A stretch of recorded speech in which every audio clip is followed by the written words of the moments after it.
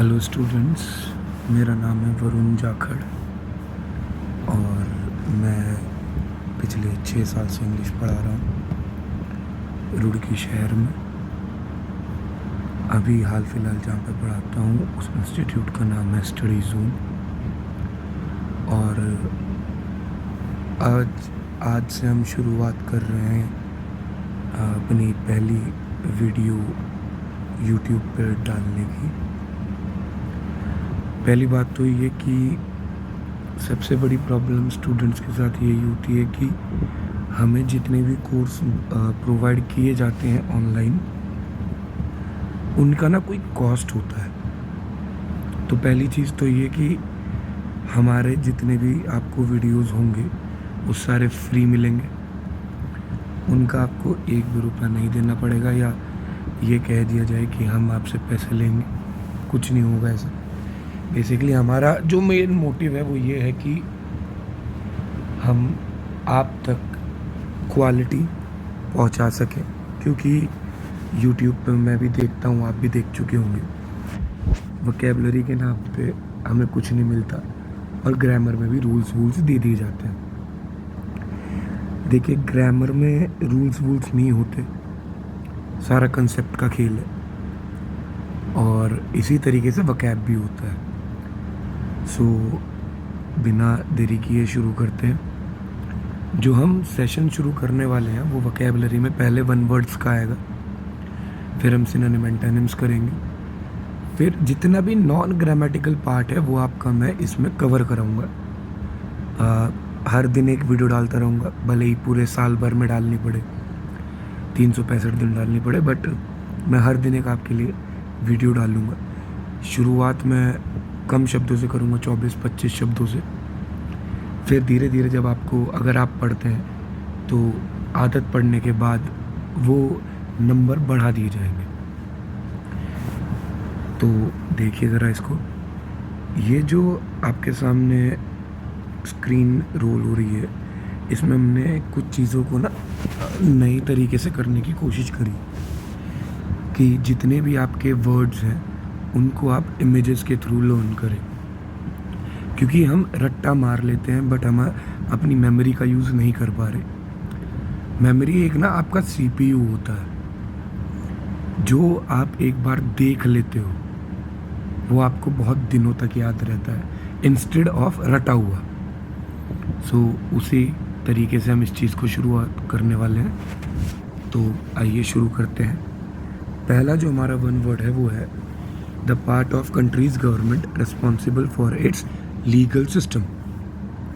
मतलब हुआ कि किसी कंट्री का वो पार्ट जो उसके लीगल सिस्टम के लिए रिस्पॉन्सिबल हो, जिम्मेवार हो, उसे क्या कहते हैं? उसे अपन कहते हैं जुडिशरी। क्या कहते हैं? जुडिशरी। अब इमेज समझने की कोशिश करेंगे। आप देख रहे होंगे यहाँ पर वो अंधा कानून वाला तराजू है और जज साहब वाला ऑर्डर वाला हथौड़ा भी है। तो आप इस इमेज को अपने दिमाग में डालने की कोशिश करें कि ये जुडिशरी को शो करती है। मुझे लगता है कि मेरी बात आप तक पहुंची होगी, समझ गए होंगे आप लोग। तो सेकंड वर्ड पर पहुंच चलते हैं और आगे देखते हैं। अब देखो, यहाँ पर ना आपको एक इंस्ट्रूमेंट दिख रहा होगा, ये ना मेजरमेंट का इंस्ट्रूमेंट है। ये क्या नापता है? ये नापता है एटमॉस्फेरिक प्रेशर। सो इस इंस्ट्रूमेंट को क्या बोलते हैं? जो एटमॉस्फेरिक प्रेशर को मेजर करता है उसको हम बोलते हैं बैरोमीटर। क्या बोलते हैं हम उसको? बैरोमीटर। इंस्ट्रूमेंट्स के ऊपर जो भी वीडियो है वो मैं आपके लिए आगे बनाऊंगा पूरी की पूरी। अभी हाल फिलहाल में हम सिर्फ उन 1 वर्ड्स की बात कर रहे हैं जो SSC ने प्रीवियसली पूछे गए। ठीक है। सो बैरोमीटर क्या होता है? जो एटमॉस्फेरिक प्रेशर को मेजर करता है। ठीक है, आगे बढ़ते हैं नंबर 3 की तरफ। इम्पॉसिबल टू सेटिस्फाई, जिसको सेटिस्फाई करना इम्पॉसिबल हो, उस चीज़ को बोलते हैं हम इनसेटिबल। क्या बोलते हैं? इनसेटिबल। कुछ इंसान ऐसे होते हैं जिनको आप कितनी कोशिश कर लो मना नहीं पाओगे। आप उनके सामने ये शो ही नहीं कर पाओगे कि आप में कुछ है, जैसे मुन्ना भैया मिर्ज़ापुर वाले, कालीन भैया वाला डायलॉग है ना कि बहुत दुख होता है कि जब आप योग्य हो पर आपको कोई मान ना रहा हो। तो वही सीन यहाँ पर है। अगर आप किसी को सेटिस्फाई नहीं कर पा रहे हो, उसे इम्पॉसिबल है सेटिस्फाई करना, तो उसको बोलते हैं हम इनसैटिबल। ठीक है, आगे बढ़ते हैं नंबर 4 की तरफ। नंबर 4 क्या कह रहा है? लायबल टू ब्रेक ईजिली, जिस चीज़ को तोड़ना बहुत आसान हो उसे हम कहते हैं ब्रिटल। क्या कहते हैं अपन? ब्रिटल। इमेज में देखिए, यहाँ पर ना आपको एक ग्लास दिखेगा और यहाँ से एक ग्लास ब्रेक हो रहा है।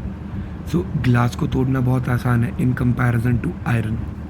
अगर मैं आयरन को हाथों से तोड़ने लगूँ तो नहीं टूटेगा, बट हाँ ग्लास टूट जाएगा। ठीक है, सो जो चीज़ें बहुत आसानी से टूट जाएं उनको हम क्या कहते हैं? Brittle. So liable to break easily या things which can be broken easily, उनको हम क्या कहते हैं? ब्रिटल। ठीक, नेक्स्ट नंबर 5 पे आते हैं। वो चीज़ें जिनको एक थिन वायर में बहुत आसानी से कन्वर्ट किया जा सके, that those things which can be drawn into a thin wire, उन्हें हम कहते हैं डक्टाइल। क्या कहते हैं उनको हम? डक्टाइल। इमेज में देखने की कोशिश करो समझने की। ये है इधर जिस पर मैं सर्कल कर रहा हूँ, ये ना कॉपर मेटल है, और मैंने कॉपर मेटल से क्या बना दिया? Copper wire. सो इस मेटल से वायर बन गया, थिन वायर बन गया, ये आप देख रहे हो। तो ये मेटल क्या होगा? डक्टाइल होगा। कैसा मेटल होगा ये? डक्टाइल मेटल होगा। तो जिन चीज़ों को हम वायर में कन्वर्ट कर सकते हैं उनको हम क्या कहते हैं? डक्टाइल। आगे बढ़ते हैं नंबर 6 की तरफ। टू अनइम्पॉर्टेंट टू कंसीडर, कोई चीज़ इतनी अनइम्पॉर्टेंट होना कि उसको हम कंसीडर ही ना करें, उसको कहते हैं ट्राइवल। क्या कहते हैं उसको? ट्राइवल कहते हैं। जैसे आप मान के चलो, एक कहानी के तौर पे समझना कि घर में कोई ऐसा शख्स होता है ना जिसको हम बिल्कुल यार हट, क्या ही तो होगा, ये क्या हमें अकल दे देगा, या ये हमें क्या समझा देगा, या उसके बारे में हम ज़्यादा सोचते नहीं, तो वो ट्राइबल होता है। Too unimportant to consider. ठीक, उसको क्या कहते हैं अपन? ट्राइबल कहते हैं। आगे बढ़ते हैं नंबर 7 की तरफ। इनकेपेबल ऑफ बीइंग रीड, जिसको पढ़ना बहुत मुश्किल हो उसे बोलते हैं इलेजिबल। क्या बोलते हैं? इलेजिबल। अब आप इमेज देखो पहले, फिर इस शब्द को याद करना। यहाँ पे ना एक पैराग्राफ सा लिखा हुआ, और उसकी जो हैंड राइटिंग है वो इतनी गंदी है कि बहुत आसानी से पढ़ी नहीं जा सकती। हालांकि ये तो पढ़ी नहीं जा सकती, बट कुछ लोग इसमें हिम्मत मारने की कोशिश करेंगे कि हमें सामने वाले को गलत प्रूफ करना। सो वो तो अपना अपना एक दायरा होता है सोचने का, बट कायदा ये कहता है कि ये पढ़ना आसान नहीं है या इसको पढ़ा नहीं जा सकता, तो इसे हम क्या कहेंगे? इलेजिबल। ठीक है, इलेजिबल क्या होता है? इनकेपेबल ऑफ बीइंग रीड, जिसको पढ़ना बहुत मुश्किल हो या पढ़ा ना जा सकता हो। Next, one who does not tyre easily, वो इंसान जो जल्दी ना थकता हो उसको बोलते हैं फटीगेबल। आप यहाँ पे एक इमेज देख रहे होंगे, भाई ने बॉडी बना रखी है बहुत तगड़ी अच्छी खासी, तो इसने मेहनत कर रखी है। अब ये बंदा हुआ और हम जैसे नॉर्मल इंसान हुए और दौड़ने लगे, तो हम थोड़ी देर में थक जाएंगे, 1000 मीटर भी मुश्किल ही दौड़ पाएंगे अपन लोग। पर ये लोग इतनी मेहनत कर चुके हैं कि कम से कम ये 2000 मीटर तो दौड़ेगा ही दौड़ेगा, अगर मैं रनिंग की बात कर रहा हूँ। सो इसको थकाना बहुत आसान नहीं है, इसको क्या बोलेंगे हम? इनफटीगेबल। ठीक है, आगे बढ़ते हैं। और हाँ, ये जो PDF है ये आपको हमारे टेलीग्राम के चैनल पे मिल जाएगी, उसका डिस्क्रिप्शन आपको वीडियो के एंड में होगा। ठीक है, नेक्स्ट देखते हैं number 9। That which can not be heard, जिसको ना सुना जा सके उसको कहते हैं हम इनऑडिबल। अब देखो इनऑडिबल क्या होता है, इमेज के थ्रू समझने की कोशिश करेंगे। यहाँ पर एक बंदा खड़ा है और इसने अपने हाथ में एक भोंपू सा ले रखा है, ये भोंपू में बोल रहा है पर भाई को सुन नहीं पा रहा है, तो जो इसको सुन नहीं पा रहा है उसे क्या बोलेंगे हम? इनऑडिबल। क्लियर हुई मेरी बात? ठीक, इनऑडिबल क्या होता है? तो जिसको सुना ना जा सके। ठीक है, next, incapable of being corrected, जिसको ठीक ना किया जा सके उसको बोलते हैं इनकॉरेजिबल। क्या बोलते हैं? इनकॉरेजिबल, जिसको ठीक ना किया जा सके। जैसे इस इमेज में देखिए, ये जो बंदा है, बड़ा बंदा, ये छोटे बंदे को बैट पकड़ना, बेसबॉल का बैट पकड़ना सिखा रहा है। अब ऐसा भी हो सकता है कि इस लड़के का, छोटे बच्चे का जो स्टांस है वो हमेशा से ख़राब हो और हमेशा ख़राब रहे। जैसे आपने अगर क्रिकेट देखा हो तो एक वेस्ट इंडीज़ का बल्लेबाज थे, शिव नारायण चंद्रबॉल। उनका बैटिंग करने का स्टांस बहुत अलग था। उनके कोचेज़ ने भी बहुत कोशिश करी उसे ठीक करने की, पर नहीं करवा पाए। तो वो क्या था? Incapable of being corrected. उसको क्या बोलते हैं हम? इनकॉरेजिबल। ठीक है, जिसको ठीक ना किया जा सकता हो। 11वीं की तरफ आते हैं अपन। उससे पहले मैं ये रब कर देता हूँ। ठीक है, one who walks in sleep, वो व्यक्ति जो निंद्रा में चलता हो उसका बोलते हैं हम सॉम्नबलिस्ट। सॉम्नबलिस्ट। अब इमेज समझाने से पहले मैं आपको समझाना चाहूँगा, स्लीप वर्ड के लिए एक रूट वर्ड यूज़ होता है जिसको हम कहते हैं सॉम्नी। क्या कहते हैं अपन उसको? सॉम्नी। तो सॉम्नी या सॉम्ना आप जहाँ भी देखो तो समझ जाना वहाँ किसकी बात हो रही है? स्लीप की। देखो यहाँ पर ये किसको कंसिडर कर रहा है? स्लीप को। अब इमेज को देखते हैं। इमेज में देखिए एक लड़की सोती हुई ऐसे प्रिटेंड कर रही है, या मतलब इमेज में तो प्रिटेंड ही कर रही है कि वो चल रही है, बट इन एक्चुअल वो चल नहीं रही है। ठीक है, हाँ मतलब ये इमेज है, पता नहीं मैं क्या बोल रहा हूँ। पहली बार है, ऑनलाइन मैं पढ़ाना भी नहीं चाहता क्योंकि इसमें पढ़ाने में मज़ा नहीं आता और आप लोग मुझसे कुछ पूछ नहीं सकते और झूठ सा दिखता है ये सब, पता नहीं क्यों, बट कोशिश करते हैं कि हम आप तक सही चीज़ें पहुंचा सकें। हाँ, वो व्यक्ति जो रात को सोते वक्त चलता है उसको अपन क्या कहते हैं? सॉम्नबुलिस्ट। आगे बढ़ो। A state of perfect balance, मतलब एक ऐसी स्टेट जहाँ पर हम परफेक्ट बैलेंस शो कर सकें या बना सकें, उसको कहते हैं अपन इक्विलिब्रियम। क्या कहते हैं? इक्विलिब्रियम। इमेज देखो, भाई ने बैलेंस बना रखा है सर्कुलर बॉल के ऊपर, जो कि बहुत टफ है पर बना रखा है। तो इसने जो बैलेंस बना रखा है उसको हम क्या कहेंगे? जो इसके द्वारा बैलेंस बनाया गया है उसको हम क्या कहेंगे? इक्विलिब्रियम। ठीक है जी, ओके। इक्विलिब्रियम क्या होता है? The state of perfect balance. ठीक है, आगे बढ़ते हैं नंबर 13 की तरफ।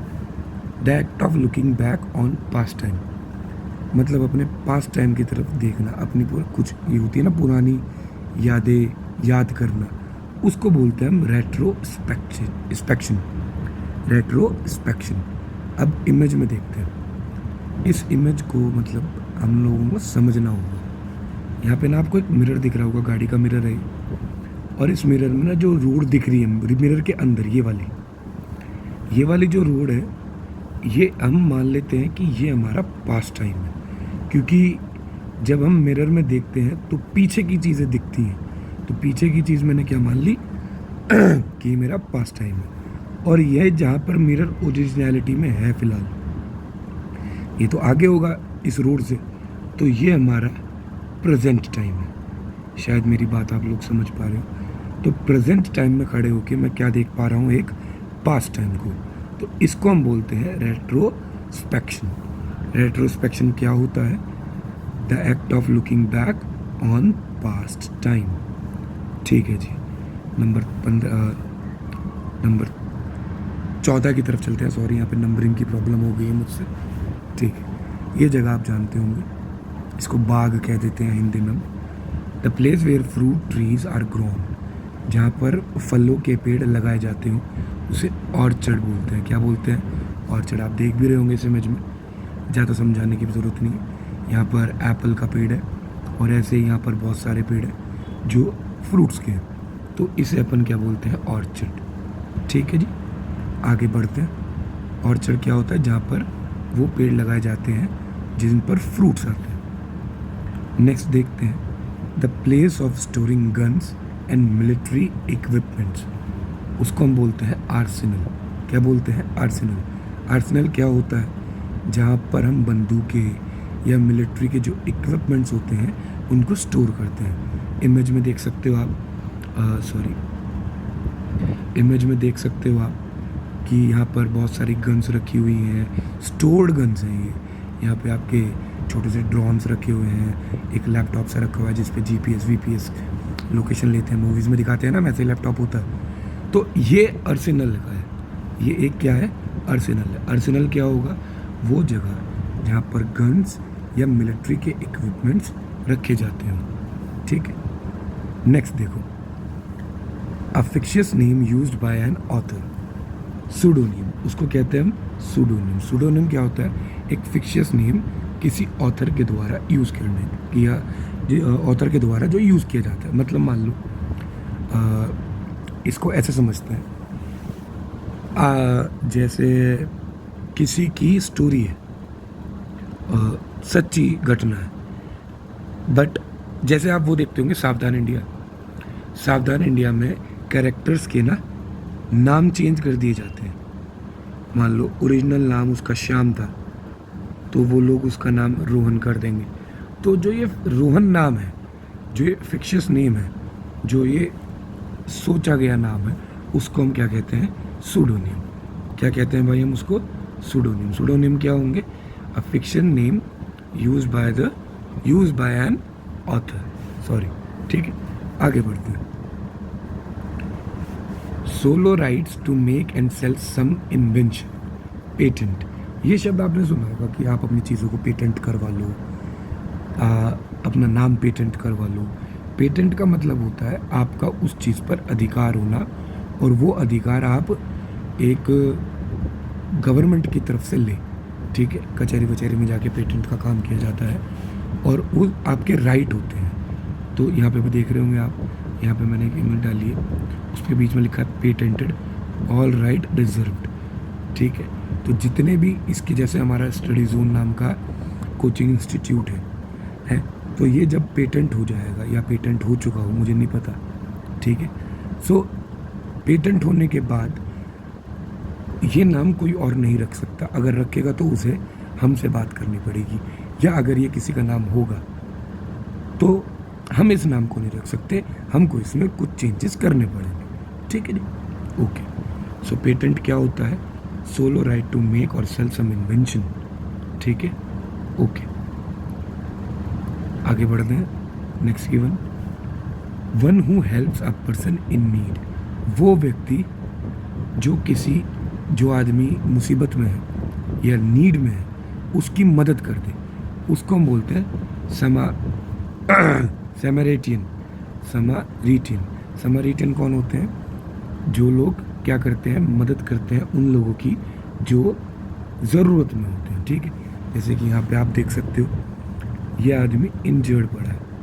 ठीक है, शायद इसको प्यास लग रही हो, प्यासा हो, और ये बंदा इसकी मदद करने की कोशिश कर रहा है। इसको देखो, आप देख रहे हो, इसको आराम भी दे रहा है। यहाँ पे पानी का एक कूप सा भी रखा हुआ है। ठीक है, सो ये कौन हुआ? समैरिटियन। समैरिटियन हुआ ये बंदा जो इस बंदे की मदद कर रहा है, जो जिसको एक ज़रूरत है, जिसको नीड है। ठीक है, नेक्स्ट, ये बहुत आसान है और इससे आप एक वर्ड और समझ के चलोगे। Something which can not be understood, जो चीज़ समझी ना जा सकती हो। इनकॉम्प्रिहेंसिबल।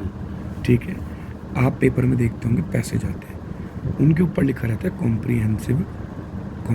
Comprehensive passages. तो कॉम्प्रिहेंसिव का मतलब होता है अंडरस्टैंडेबल। ठीक है, अंडरस्टैंडेबल।